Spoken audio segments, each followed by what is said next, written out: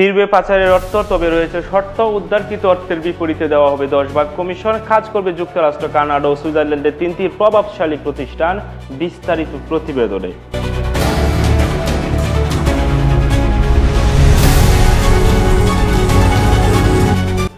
গণ অভ্যুত্থানে ক্ষমতাচ্যুত আওয়ামী লীগ আমলে পাচারকৃত অর্থ ফিরিয়ে আনতে সরকার এবার 3টি আন্তর্জাতিক প্রতিষ্ঠানের সঙ্গে চুক্তি করতে যাচ্ছে।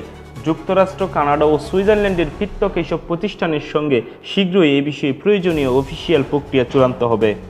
এ সংক্রান্ত নথি বর্তমানে পররাষ্ট্র মন্ত্রণালয়ে রয়েছে। চুক্তি সম্পন্ন হলে উদ্ধারকৃত অর্থের 10 ভাগ কমিশন হিসেবে পাবে সংশ্লিষ্ট প্রতিষ্ঠানগুলো। পাচারকৃত অর্থ উদ্ধারে এইসব প্রতিষ্ঠানের সফলতার নজির রয়েছে। বিশ্বজুড়ে রয়েছে তাদের শাখা অফিসের বিস্তৃত নেটওয়ার্ক। নীতি বিষয়ক শ্বেতপত্র প্রণয়ন কমিটির প্রতিবেদনে বলা হয়েছে, ক্ষমতাচ্যুত আওয়ামী লীগ সরকারের আমলে দেশ থেকে প্রতি বছর গড়ে $1,600 কোটি পাচার হয়েছে।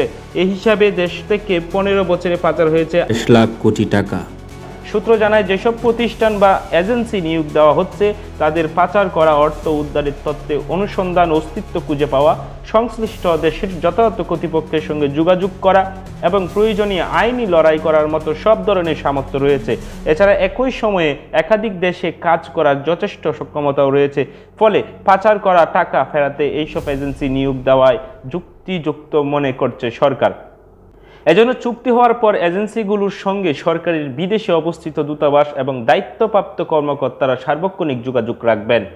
মূলত বাংলাদেশের দূতাবাসগুলোর সহায়তা নিয়ে বেশ কয়েকটি এজেন্সিকে বাছাই করছে সরকারি এই সংক্রান্ত টাস্কফোর্স। এজেন্সিগুলোর কার্যক্রম পর্যালোচনা করে প্রাথমিকভাবে উল্লেখিত 3টি এজেন্সিকে বাছাই করা হয়েছে। তবে গোপনীয়তা রক্ষার প্রশ্নে এজেন্সিগুলোর নাম প্রকাশ হচ্ছে না। প্রাথমিকভাবে সরকারের পক্ষ থেকে চুক্তিবদ্ধ এজেন্সিকে দেশ থেকে টাকা পাচার করেছেন এমন সন্দেহভাজনদের নাম, ঠিকানা সরবরাহ করা হবে।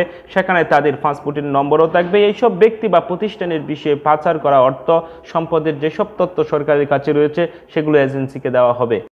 তাদের অনুসন্ধানে পাচার হওয়া সম্পদের তথ্য নিশ্চিত করা গেলে সে বিষয়ে এজেন্সি ওই দেশের যথাযথ কর্তৃপক্ষের সঙ্গে যোগাযোগ করে প্রয়োজনীয় পদক্ষেপ নেবে। সূত্র জানায়, BFIU থেকে আন্তর্জাতিক এজেন্সি নিয়োগের ব্যাপারে বলা হয়েছে, নগদ অর্থ দিয়ে কোনো চুক্তি না করে শুধু উদ্ধারের টাকা অর্থের বিপরীতে কমিশন দেওয়া বা পার্টনারশিপের ভিত্তিতে নিয়োগ দেওয়া উচিত। এতে সরকারি অর্থ সাশ্রয় হবে। এর আগে রিজার্ভ চুরির মামলা পরিচালনা করতে নিউ ইয়র্কে একটি ফার্ম নিয়োগ দেওয়া হয় নগদ অর্থের ভিত্তিতে। তাদের সঙ্গে পার্টনারশিপের কোনো চুক্তি করা হয়নি। ফলে সরকারকে ওই ফার্মকে এখনও টাকা দিতে হচ্ছে। ইতিমধ্যে 4 কোটি টাকার বেশি দেওয়া হয়েছে, অথচ রিজার্ভের অর্থ উদ্ধারের কোনো অগ্রগতি হয়নি। এতে শুধু সরকারের টাকা গচ্ছা যাচ্ছে।